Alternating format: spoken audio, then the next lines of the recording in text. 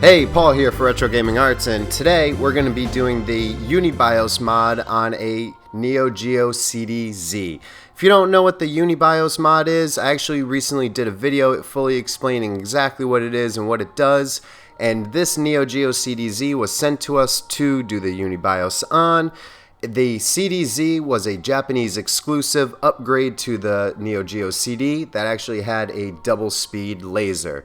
So let's get into the Unibios mod. Now right here, it's a little different than the regular AES because on the AES it's a 40 pin. It's not a surface mount chip. As you see, it's still 40 pin, but it's surface mount for the Cdz. Now the NEO GEO AES and the NEO GEO CD, you can use this chip right here, so we have to wire it into the Cdz somehow. So I was thinking about just wiring it directly into the chip and having it under the heat shield, but it wouldn't exactly fit too well. So what we did was we put on a little circuit board, dremeled the circuit board down to size so we can fit the NEO GEO Unibios chip directly on it, and we're just going to run wires from the old BIOS chip that we're going to remove, and then we're going to wire it to here on top of the heatsink. So now we have to remove the old chip.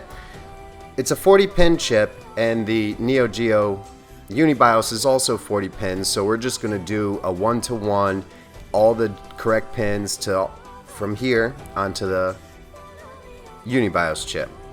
And right here, I don't have my hot air soldering station set up where the camera is, so I just did it old school.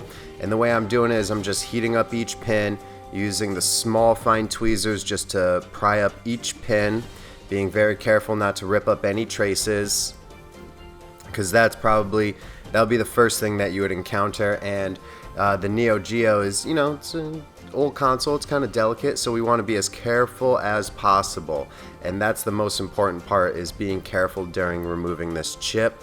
That's why I'm doing each chip individually. You could just blast the whole thing with hot air and it'll just lift right off as well, but yeah, however you want to do it, whatever you feel more comfortable with, I think is the better way. So now that we have the chip completely removed, we're just going to reflow a little bit of the solder from the pads, being very gentle. The temperature on the iron is 350 degrees, and I'm going very, very, very light. I'm not leaving too much heat on any of these pads for any extended period of time. Just going very light, not putting too much pressure, just literally just enough to warm up the solder and heat it up. Now we're throwing some flux on it, and we're going to tin them up because we actually removed a little bit of the solder as we were flowing it. So we're just going to add a little bit more solder to these pads, not enough to solder to them exactly, just enough to get them nice, smooth, and clean. Alright, so now that the chip's removed, pads are done, what we're going to do is we need to cut wire. We're going to be using 30 AWG Kynar wire, and we need 40 strands of it. So we're just going to blast through this. And this is the same wire that I use for the PS2 mod installs, because it's small, it's very easy, and it's good. So it's the correct wire for this. So now that we have all of our 40 strands, I'm going to be stripping it the same way I did in my PS2 mod video, and that is fingernail cutters. So I use those to strip the Kynar because I don't know, it's easy. So I like it. So I'm just doing what's easy. So stripping all these up, now we're about to have 40 of them, and once we have 40 of these all stripped, we're only stripping one side, by the way. Now it's time to solder. So we're just going to hit it with some flux, and we're actually going to tin it, and we're using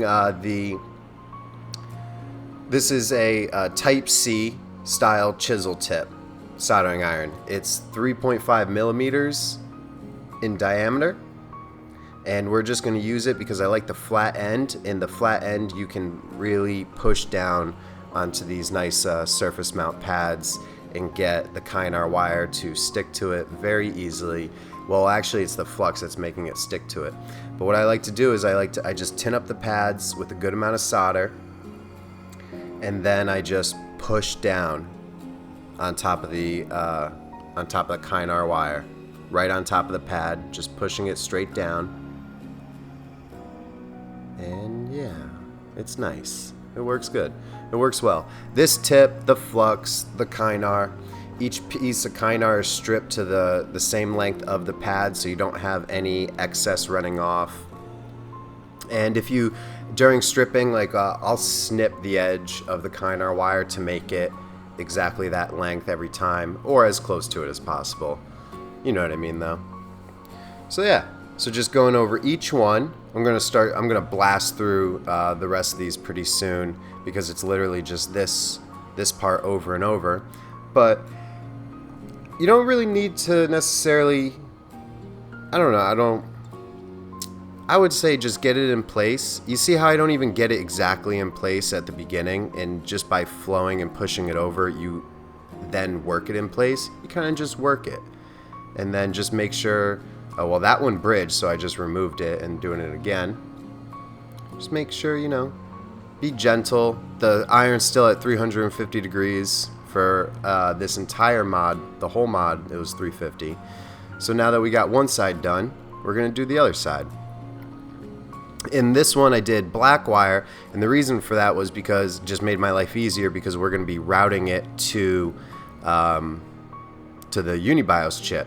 And remember when I showed like it was pin 1 through 40, and it's the same orientation on the other chip. So what we're going to do is we're going to get all of these wires nice, flat, flush and together, almost like a little ribbon cable, because that's what's going to help us, because then all we need to do is just wire one from the left, and then second one all the way down.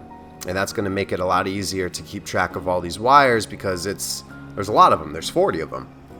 So this actually took not quite a while, but it took long enough to the point where I'm just going to time-lapse blast through it. But it's essentially me just getting all the wires nice, flat, using the tweezers to get them all into like a ribbon cable, throwing some super glue down on top to hold them all into place, because that's what we want. We want each wire, we want the wire all the way to the left to be pin 1, and then pin 2 is the second wire, and then so on and so forth. So now that we have that done, what we need to do real quick is take the heat shield, and then we need to make a little hole in it for these wires to come out, because the wires are going to go on top of it, and then that's where the chip is gonna stay, because the chip doesn't fit. I mean, I probably could have gotten the chip to fit underneath if I bent the legs out and just put the chip flat in there, but I didn't want it to ever accidentally touch anything on the board or any components or even the top of this heat shield, so it was just safer bet to put it on the outside. So now that we have a little hole for these wires, all we really need to do is just make sure that we can angle them in a way where they'll be able to go through the hole and out to the top shell. And then while they're half ribbon cable, half loose, that's when we're going to solder them all to our Unibios chip. And like I said, that's the whole reason why we made it all nice in the beginning. So we could just do 1 through 40 very easily. Now we just gotta solder up our Unibios chip to our little circuit board that we dremeled, and then we can solder each one of those wires directly to each one of these. And we're just gonna go 1 through 40.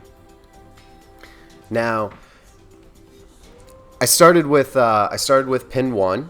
In pin 1, there's always going to be like a little circle on the chip that shows you pin 1, and then we wired it just 1 through 40 all the way around using our nice little ribbon cable, and then we fed it through the little hole. And now we're going to double-sided tape this chip to the top, and then we're going to put it all back together. But before that, on these on the voltage regulators, there was some old thermal paste that we cleaned off somewhat, and then we're just going to add a little drop of more thermal paste, because some of it kind of wore off before. So we're just going to put that down, and then get this back together somewhat, just so we know exactly where to put the Unibios chip. And then we're going to put some double-sided tape on, and that's how you Unibios a NEO GEO Cdz. So thank you guys very much for watching. I hope this helps if anybody wants to Unibios their Cdz in the future. And Thank you very much for sending me your consoles to modify and work on and make YouTube videos about it. It's a lot of fun. I really enjoy it. So thank you for that. I mean, I really love it. It's absolutely awesome. And I wouldn't be able to do it if it wasn't for you guys. So thank you. And I'll see you guys next time.